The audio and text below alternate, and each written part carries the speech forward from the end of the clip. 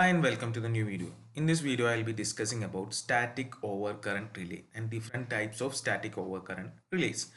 So already നമ്മൾ static relay എന്താണെന്നുള്ളത് discuss ചെയ്തു. അതിലത്തെ ഒരു ഇമ്പോർട്ടൻ്റ് ആയിട്ടുള്ള കമ്പറേറ്റേഴ്സ്, ഫേസ് കമ്പറേറ്റേഴ്സ് ആൻഡ് മാഗ്നിറ്റ്യൂഡ് കമ്പറേറ്റേഴ്സ് ഇത്രയും കാര്യങ്ങളാണ് ഡിസ്കസ് ചെയ്തിട്ടുണ്ടായിരുന്നത്. അപ്പോൾ ഇതിൽ ഈ ഒരു ലെക്ചറിൽ നമ്മൾ സ്റ്റാറ്റിക് ഓവർകറന്റ് റിലേ അതിൻ്റെ ബേസിക് ഫങ്ഷണൽ ബ്ലോക്ക് ഡയഗ്രാം നോക്കും.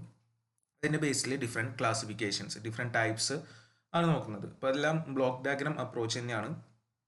So static over current relay, അപ്പോൾ നമുക്കറിയാം ഓവർ കറണ്ട് റിലേ എന്ന് പറഞ്ഞു കഴിഞ്ഞാൽ ഓവർ കറണ്ട് സെൻസ് ചെയ്യുക, പ്രൊട്ടക്ട് ചെയ്യുക എന്നുള്ളത് തന്നെയേ വരുന്നുള്ളൂ. അപ്പോൾ അതിൻ്റെ ബേസിക് സെറ്റപ്പാണ് ഇവിടെ പറയുന്നത്. എന്നിട്ട് ഡിഫറെൻറ്റ് ടൈപ്പിലേക്ക് പോവുകയാണ്. അപ്പോൾ ഇതിൽ നമുക്ക് മെയിനായിട്ട് വരിക ഒരു ഓക്സിലറി സി ടി ഉണ്ടായിരിക്കും. ഈ ഓക്സിലറി സി ടി എന്ന് പറഞ്ഞു കഴിഞ്ഞാൽ ഇവിടെ വരുന്നത് ഇതിന് മുന്നേ എന്തായാലും ഒരു സി ടി ഉണ്ടായിരിക്കും. കറണ്ട് ട്രാൻസ്ഫോമർ എന്തായാലും വേണം, കാരണം നമ്മൾ ഓവർ കറണ്ട് ആണ് ആക്ട് ചെയ്യാൻ പോകുന്നത്. ഇപ്പോൾ ഒരു സമ്മേഷൻ സി ടി എന്ന രീതി പറഞ്ഞാൽ അല്ലെങ്കിൽ നോർമൽ സി ടി, അതിൻ്റെ സെക്കൻഡറിയിൽ വരുന്ന കറണ്ടിനെ പ്രൊപ്പോർഷണൽ വോൾട്ടേജ് ഇതായിട്ട് മാറ്റാൻ വേണ്ടിയിട്ട് നമുക്കിവിടെ ഒരു ഓക്സിലറി സീറ്റിംഗ് കൂടിയും ഇതിലുണ്ടായിരിക്കും ഇത് തുടങ്ങുന്നത്. അപ്പോൾ ഈ ഒരു സ്റ്റാറ്റിക് ഓവർ കറണ്ട് റിലേയുടെ മെയിൻ പോർഷൻ എന്ന് പറയുന്നത് ഓക്സിലറി സി ടി വെച്ചിട്ടാണ്. അതിന് മുന്നേ ഒരു സി ടി ഉണ്ട്. ഓക്കെ, ഇപ്പോൾ ഇവിടെ വരുന്നതിനെ ഈ ഓക്സിലറി സി ടി വഴി കടത്തി വിട്ട് അത് പിന്നീട് ഒരു റെക്ടിഫയർ ആൻഡ് ഫിൽട്ടർ, ഇപ്പോൾ ഊഹിക്കാവുന്നതാണ് റെക്ടിഫയർ ആൻഡ് ഫിൽട്ടർ എന്ന് പറഞ്ഞാൽ എന്തിനായിരിക്കും, ഡി സി ആയി കൺവേർട്ട് ചെയ്യാൻ, അതിലത്തെ എ സി കോമ്പണൻസിനെ റിപ്പിൾസിനെ റിമൂവ് ചെയ്യാൻ ഫിൽട്ടർ. ഇപ്പോൾ ഇവിടെ നിന്ന് എ സി വോൾട്ടേജ്, പ്രൊപ്പോർഷണൽ വോൾട്ടേജിനെ കൺവേർട്ട് ചെയ്ത് നമ്മൾ ഡി സി ആക്കി ഈ ഡി സി ഒരു ലെവൽ ഡിറ്റക്ടറിലേക്ക് കൊടുക്കുകയാണ്. ലെവൽ ഡിറ്റക്ടർ എന്ന് പറഞ്ഞു കഴിഞ്ഞാൽ ഒരു ത്രെഷോൾഡ് വാല്യൂ, ഒരു ലിമിറ്റിൽ മേലെ പോയി കഴിഞ്ഞ് കഴിഞ്ഞാൽ ഔട്ട്പുട്ട് പ്രൊഡ്യൂസ് ചെയ്യും, അല്ലെങ്കിൽ സീറോ തരും. അതാണ് ലെവൽ ഡിറ്റക്ടർ നോർമലി ചെയ്യുന്നത്. ഇപ്പോൾ എല്ലാ സർക്യൂട്ടിലും ഈ പറയുന്ന കാര്യങ്ങളൊക്കെ ഉണ്ടായിരിക്കാം. ഈ ലെവൽ ഡിറ്റക്ടർ ഒക്കെ ചിലപ്പോൾ ഒന്നിൽ കൂടുതൽ വരാം, depending on the type. Okay, അത് ബേസിക് സ്ട്രക്ചറാണ് നമ്മൾ പറയുന്നത്. അപ്പോൾ ലെവൽ ഡിറ്റക്ടർ ഉണ്ട്. അപ്പോൾ അത് ആക്ട് ചെയ്യും എപ്പോഴാണ് ത്രെഷോൾഡിനെക്കാട്ടിലും മേലെ വന്നിട്ടുള്ള ആ ഡി സി വാല്യൂ ആയി കഴിഞ്ഞാൽ അത് എന്നിട്ട് നേരെ എവിടേക്ക് വിടും, ഒരു ആംപ്ലിഫയറിലേക്ക്. കാരണം അത് ഡ്രൈവ് ചെയ്യണമെങ്കിൽ, നമ്മൾ ട്രിപ്പ് സർക്യൂട്ട് ഡ്രൈവ് ചെയ്യണമെങ്കിൽ ചിലപ്പോൾ ആംപ്ലിഫയർ സിഗ്നൽ വേണ്ടി വരും. അപ്പോൾ അതുകൊണ്ട് ആംപ്ലിഫയറിലേക്ക് വിടുന്നു. അത് അവിടുന്ന് ഔട്ട്പുട്ട് ഡിവൈസിലേക്ക് വരുന്നു. ഔട്ട്പുട്ട് ഡിവൈസ് ആണ് ട്രിപ്പ് ചെയ്യാനുള്ള സിഗ്നൽ കൊടുക്കുന്നത്. ഇപ്പോൾ ചില കേസിൽ അലാം ഉണ്ടെങ്കിൽ അലാം കൊടുക്കണം. ഇതിനൊക്കെ ഡി സി സപ്ലൈ കാണിച്ചിട്ടുള്ള നമുക്കറിയാം. Level detector, amplifier, output device ഒക്കെ വർക്ക് ചെയ്യണമെങ്കിൽ അധികം ഡി സി സപ്ലൈയുടെ ആവശ്യം വരും. അപ്പോൾ അതാണ് കാണിച്ചിട്ടുള്ളത്. അപ്പോൾ എല്ലാ കേസുകളിലും ഈ ഡി സി സപ്ലൈ കാണിക്കണം എന്നില്ല. ചിലതിലൊന്നും ഞാൻ കാണിച്ചിട്ടില്ല എന്ന് അർത്ഥം അതിലില്ല എന്നല്ല, ഒരു ഡയഗ്രാം സിംപ്ലിഫൈഡ് ആക്കാൻ വേണ്ടിയിട്ട് കാണിക്കേണ്ടിയിരുന്നതാണ്. ഇത് സിമ്പിൾ ബേസിക് ബ്ലോക്ക് ഡയഗ്രാം ആയതുകൊണ്ട് ഞാനിതിൽ കാണിച്ചു എന്ന് മാത്രം. ഇപ്പോൾ ഇത്രയാണ് ഇതിൻ്റെ ഉള്ളിൽ ബേസിക് ആയിട്ട് വരുന്നുള്ളൂ. അപ്പോൾ ഈ സാധനങ്ങൾ ചിലപ്പോൾ കൂടാം കുറയാം. അതേപോലെ അഡീഷണൽ ആയിട്ട് ഇതിലേക്ക് കയറി വരാൻ പോകുന്നത് ചിലപ്പോൾ പൊട്ടൻഷ്യോമീറ്റേഴ്സ് വരും. സെറ്റിങ്സ് ആഡ് ഈ നമ്മുടെ റെഫറൻസ് മാറ്റാൻ വേണ്ടിയിട്ട്, വോൾട്ടേജ് മാറ്റാൻ വേണ്ടിയിട്ട് പൊട്ടൻഷ്യോമീറ്റർ ഉപയോഗിക്കാം. സ്വിച്ചസ് യൂസ് ചെയ്യാം. സ്വിച്ചസ് ചിലപ്പോൾ ഇതിൽ യൂസ് ചെയ്യാറുണ്ട്. ഓക്കെ, അതേപോലെ തന്നെ timing circuits, R C timing സർക്യൂട്ട്സും കൂടി കപ്പാസിറ്റർ ചാർജിങ് വെച്ചിട്ട് ടൈമിംഗ് സെറ്റ് ചെയ്യാൻ ചില കേസിൽ നമുക്ക് ഡിലേ സെറ്റ് ചെയ്യേണ്ടി വരുമല്ലോ. അപ്പോൾ അത് ചിലത് യൂസ് ചെയ്യാം. ഇതൊക്കെയാണ് അഡീഷണൽ ഇതിലേക്ക് വരുന്ന items. With ഇതിന്റെ basic setup ആണ്. So the output of the summation CT is fed to an auxiliary CT whose output is rectified, smoothened and applied to the measuring unit called the level detector. ഇപ്പോൾ നമ്മൾ മുന്നേ main ഡയഗ്രത്തിൽ പറഞ്ഞിട്ടുണ്ടായിരുന്നു static റിലേയിൽ measuring unit എന്നാണ് പറഞ്ഞത്. അത് ഇവിടുത്തെ level detector ആയിട്ടാണ് കാണിച്ചിട്ടുള്ളത്. When the input current to the level detector is less than the threshold value or the set value or the pickup value, the output of the level detector is 0. And for the overcurrent relay, if I input is less than I threshold, I out will be 0. And if I input greater than I threshold, I out will be 0. അതായത് ഇവിടെ വന്ന് നിൽക്കുന്നതാണ് I input, ഇതിൽ set ചെയ്തിട്ടുള്ളതാണ് I threshold or pickup value എന്ന് പറയാം. അതിനെക്കാട്ടിലും greater ആയാൽ നമുക്കിവിടെ I out വരും, പോസിറ്റീവ് ക്വാണ്ടിറ്റി. ഓക്കെ, ഒരു പൾസ് വരും, അല്ലെങ്കിൽ 0. അത്രയാണ് ഉദ്ദേശിക്കുന്നുള്ളൂ. And the output of the level detector is amplified and applied to the output device to cause the trip or alarm. അപ്പോൾ അവിടുന്നാണ് ആംപ്ലിഫൈ ചെയ്തിട്ട് ട്രിപ്പ് സർക്യൂട്ടിലേക്ക് പോകുന്നത്. ഓക്കെ, ഇപ്പോൾ ഇതിൻ്റെ ഡിഫറെൻറ്റ് ടൈപ്പിലേക്ക് വരാം. First is A static instantaneous over current relay. Static instantaneous over current relay ആണ്. അപ്പോൾ അതുകൊണ്ട് പ്രത്യേകിച്ച് മാറ്റമൊന്നുമില്ല, ഇൻറ്റൻഷണൽ ഡിലേ നമ്മൾ ആഡ് ചെയ്യുന്നില്ല. കഴിഞ്ഞ സർക്യൂട്ട് ബ്ലോക്ക് ഡയഗ്രം തന്നെ ജസ്റ്റ് ഇതിൻ്റെ പേരൊന്ന് ഇൻപുട്ട് ട്രാൻസ്ഫോമർ എന്ന രീതിയിൽ എഴുതിയിരിക്കുന്നത് മാത്രമേ ഉള്ളൂ. വേറെ ഇപ്പോൾ ഇതിൽ ഒരു വ്യത്യാസം നിങ്ങൾക്ക് കാണാനുണ്ടാവില്ല. സോ ഇൻപുട്ട് ട്രാൻസ്ഫോമർ, ഇപ്പോൾ ബാക്കി വർക്കിങ്ങും കാര്യങ്ങളൊക്കെ അതേപോലെ തന്നെയാണ്. അപ്പോൾ ഞാൻ ജസ്റ്റ് വായിച്ചപ്പോൾ so the current derived from the main C T is fed to the input transformer which gives a proportional output voltage. Proportional output voltage കൊടുക്കാൻ വേണ്ടിയിട്ട്, കാരണം കറണ്ട് സെൻസ് ചെയ്തുകൊണ്ടിരിക്കാൻ, ലോഡ് കറണ്ട് സെൻസ് ചെയ്തുകൊണ്ടിരിക്കാൻ അതിൻ്റെ റെഡ്യൂസ്ഡ് വാല്യൂ ഇവിടെ വരുന്നുണ്ട്. അതിന് proportional ആയിട്ടുള്ള വോൾട്ടേജ് ആണ് ഇവിടെ ഇൻപുട്ട് ട്രാൻസ്ഫോമറിൻ്റെ ഔട്ട് തരുന്നത്. ഈ ഇൻപുട്ട് ട്രാൻസ്ഫോമർ എന്ന് പറയുന്നത് has an air gap in the iron core to give linearity in the current voltage relationship up to the highest value of the current expected. അപ്പോൾ maximum expect ചെയ്യുന്ന കറണ്ടിൻ്റെ അതുവരെ proportional voltage ആയിട്ട് തന്നെ കിട്ടണം. അപ്പോൾ linear relationship വരത്തക്ക രീതിയിലാണ് ഇതിൻ്റെ air gap ഉണ്ടായിരിക്കുക. and it is provided with tappings on its secondary winding to obtain different current settings. So within the secondary tappings ഉണ്ടായിരിക്കും different current settings ആക്കാൻ വേണ്ടിയിട്ട്. Okay. And the output voltage of the transformer is rectified through a rectifier and then filtered at a single stage filter ആണ്. We are using single stage filter to avoid undesirable time delay. So ഇവിടെ നമ്മൾ already പറഞ്ഞു instantaneous ആയിട്ട് act ചെയ്യാന്നുള്ളൊരു അർത്ഥത്തിലാണ്. അപ്പോൾ അതുകൊണ്ട് filter stages കൂടി കഴിഞ്ഞ് കഴിഞ്ഞാൽ അത്രയും പെർഫെക്റ്റ് ആയിട്ട് ഡി സി കിട്ടുമെങ്കിലും ഒരൊറ്റ സിംഗിൾ സ്റ്റേജ് ഫിൽറ്റർ ഉപയോഗിക്കുന്നുള്ളൂ ടൈം ഡിലേ കുറയ്ക്കാൻ വേണ്ടിയിട്ട്. ഓക്കെ, ഇപ്പോൾ a limiter made of Zener diode is also incorporated in the circuit to limit the rectified voltage to safe value even when the input current is very high under fault condition. അതായത് ശരിക്കും ഇവിടെ ഒരു limiter സർക്യൂട്ടും കൂടി ഉണ്ട് ഇതിൽ, അല്ലെങ്കിൽ ഇതിൽ തന്നെ ഉണ്ട് എന്നുള്ള രീതിയിൽ വിചാരിക്കാം. ആ ലിമിറ്റർ എന്തിനാണെന്ന് വെച്ച് കഴിഞ്ഞാൽ നമുക്കറിയാം ഇപ്പോൾ ഒരു 50 ആംപിയറിനാണ് ഇത് സെറ്റ് ചെയ്തിട്ടുള്ളെങ്കിൽ 50 ആംപിയറിൽ മേലെ വരുന്ന കറണ്ട് എല്ലാം എന്ത് കറണ്ടാണ്? ഫോൾ കറണ്ടാണ്. ചിലപ്പോൾ 50 ആംപിയറിൽ മേലെ എന്ന് പറഞ്ഞാൽ നേരെ 200 ആംപിയറിലേക്ക് വരാം. പക്ഷേ അതിന് പ്രൊപ്പോഷണലായിട്ട് വരുന്ന വോൾട്ടേജുകൾ ഡിഫറെൻ്റ് ആയിരിക്കും ഇവിടുന്ന് വരുന്ന വോൾട്ടേജ്. അപ്പോൾ ഇതിന് താങ്ങാവുന്ന ഒരു വോൾട്ടേജ് ഉണ്ടാവില്ല. അപ്പോൾ ആ ഒരു വോൾട്ടേജിലേക്ക് ലിമിറ്റ് ചെയ്യാൻ വേണ്ടിയിട്ട് നമുക്ക് എന്തായാലും അറിയാം ഫോൾട്ട് വന്നു കഴിഞ്ഞ് കഴിഞ്ഞാൽ വോൾട്ടേജ് കൂടി. അപ്പോൾ 50ലും മേലെ വന്നു കഴിഞ്ഞാൽ തന്നെ അത് മനസ്സിലാക്കാം. ഇപ്പോൾ 200ൻ്റെ ആ പ്രൊപ്പോർഷൻ വോൾട്ടേജ് വരണമെന്ന് നിർബന്ധമില്ല. അപ്പോൾ അതുകൊണ്ട് limiter made of Zener diode is also incorporated in the circuit to limit the rectified voltage to safe values even when the input current is very high under fault conditions. Okay.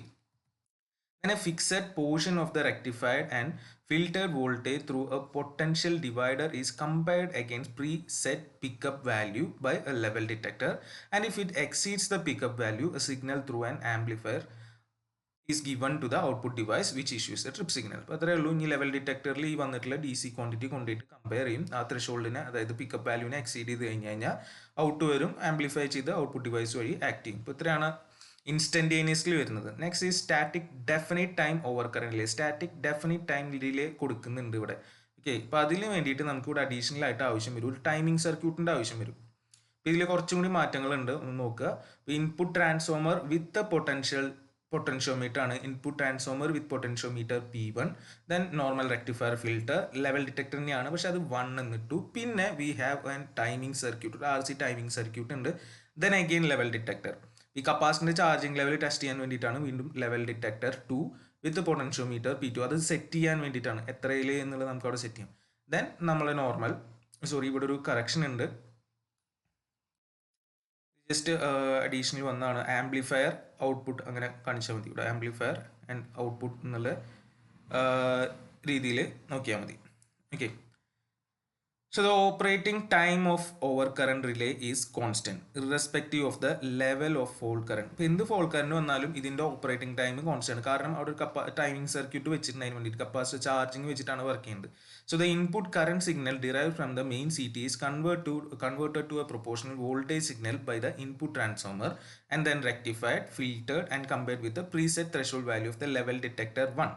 അതാണ് normally ചെയ്യുന്ന കാര്യം. ഇതുവരെയുള്ളതെല്ലാം ചെയ്തു, level detector 1 test ചെയ്തു. And if the voltage exceeds the preset threshold value of the level detector it gives an output voltage. അപ്പോൾ ഇവിടുന്ന് ഒരു out വരും, and thereby charging the capacitor C of the RC timing circuit. So ഇത് RC timing circuit charge ചെയ്യാൻ തുടങ്ങി. അതായത് ആ threshold exceed ചെയ്താൽ, പിക്കപ്പ് എക്സീഡ് ചെയ്താൽ മാത്രം ഇത് ഔട്ട് ചെയ്യും, അപ്പോൾ ഇത് ചാർജ് ചെയ്യാൻ തുടങ്ങും. അപ്പോൾ അല്ലാണ്ട് നേരെ കയറി ആംപ്ലിഫൈ ചെയ്ത് ഔട്ട്പുട്ട് ട്രിപ്പ് ചെയ്യല്ല ചെയ്യുന്നത്, അവിടെ ചാർജ് ചെയ്യാണ് വരുന്നത്. And as soon as the voltage across the capacitor exceeds the preset threshold value of level detector. എന്നിട്ട് ഈ കപ്പാസിറ്റർ വോൾട്ടേജ് ഇവിടെ കമ്പയർ ചെയ്തുകൊണ്ടിരിക്കുകയാണ് ലെവൽ ഡിറ്റക്ടർ 2. ആ ലെവൽ ഡിറ്റക്ടർ 2 വോൾട്ടേജ് സെറ്റ് ചെയ്ത് വെച്ചിട്ടുണ്ടാവും ഇതിൻ്റെ പൊട്ടൻഷ്യോമീറ്റർ വഴി VT എന്ന് പറഞ്ഞിട്ട്.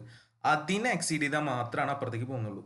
Through the amplifier is given to the output device. അപ്പോൾ ഇവിടെ ഈ ഔട്ട്പുട്ട് ഡിവൈസ് ഇത് റോങ് ആണ്, നേരെ ആംപ്ലിഫയർ ആണ് ഇവിടെ വരേണ്ടത്. ഇത് ഇങ്ങോട്ട് ഷിഫ്റ്റ് ചെയ്ത് നോക്കിയാൽ മതി. So amplifier to the output device, സിമ്പിളാണ്. അപ്പോൾ ഇതിൽ ഇത്രേ വന്നുള്ളൂ. ലെവൽ ഡിറ്റക്ടർ വന്ന ഉടനെ നേരെ ആംപ്ലിഫൈ ചെയ്ത ഔട്ട്പുട്ടിലേക്ക് പോയില്ല, പകരം അത് വന്നോട് ഒരു കപ്പാസിറ്റർ ചാർജ് ചെയ്യാൻ തുടങ്ങി. അതിൻ്റെ വാല്യൂ ഒരു ലെവലിനെ VT ത്രെഷോൾഡിനെ എക്സീഡ് ചെയ്താൽ മാത്രമാണ് ആംപ്ലിഫൈ ചെയ്ത് ഔട്ട്പുട്ട് ട്രിപ്പ് ചെയ്യുന്നുള്ളൂ. ഓക്കെ, P1 P2 ഉപയോഗിക്കുന്നത് കറണ്ട് സെറ്റിംഗ്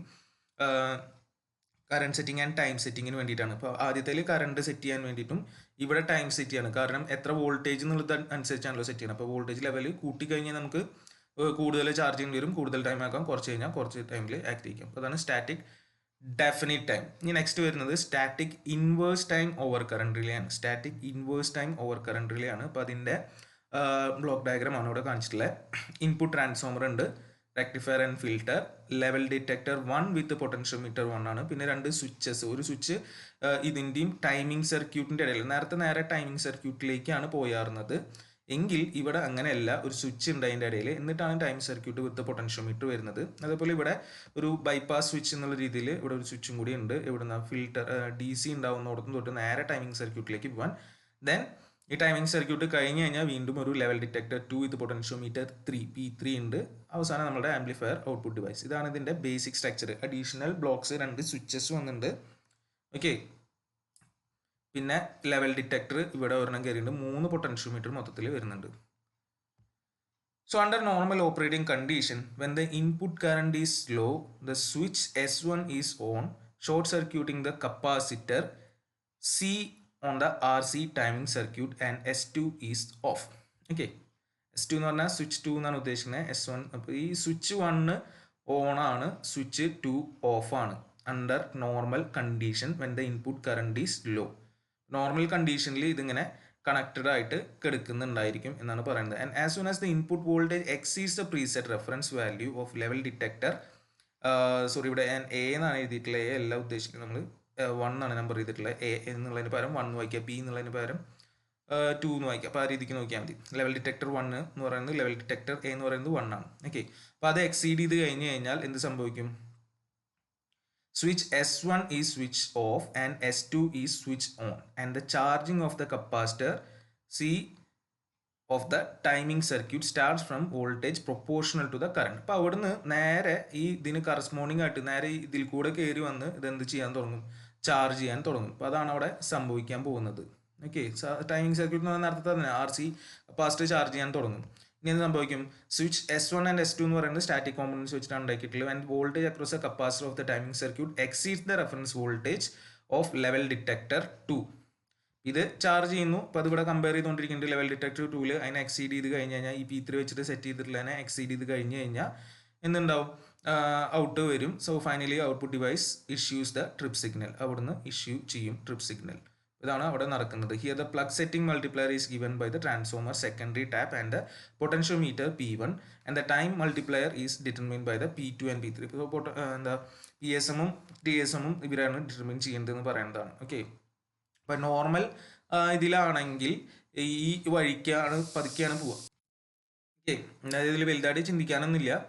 ഇൻവേഴ്സ് ടൈമാണ്. ഇപ്പോൾ ചെറിയ കറണ്ട് ആണെങ്കിൽ സാധാരണ ഇതിൽ ഈ വഴി കയറി ഇങ്ങനെ പതുക്കെ പോവുക ചെയ്യുള്ളൂ. കറണ്ട് കൂടുതലാണെങ്കിൽ നേരെ ഈ വഴി കൂടെ ഷോർട്ട് ചെയ്ത് ഇങ്ങനെ കയറി പോകും. അതാണ് അതുകൊണ്ട് മീൻ ചെയ്യുന്നത്. ഓക്കെ, ഇൻവേഴ്സ് ടൈമായിട്ട് ആക്ട് ചെയ്യും.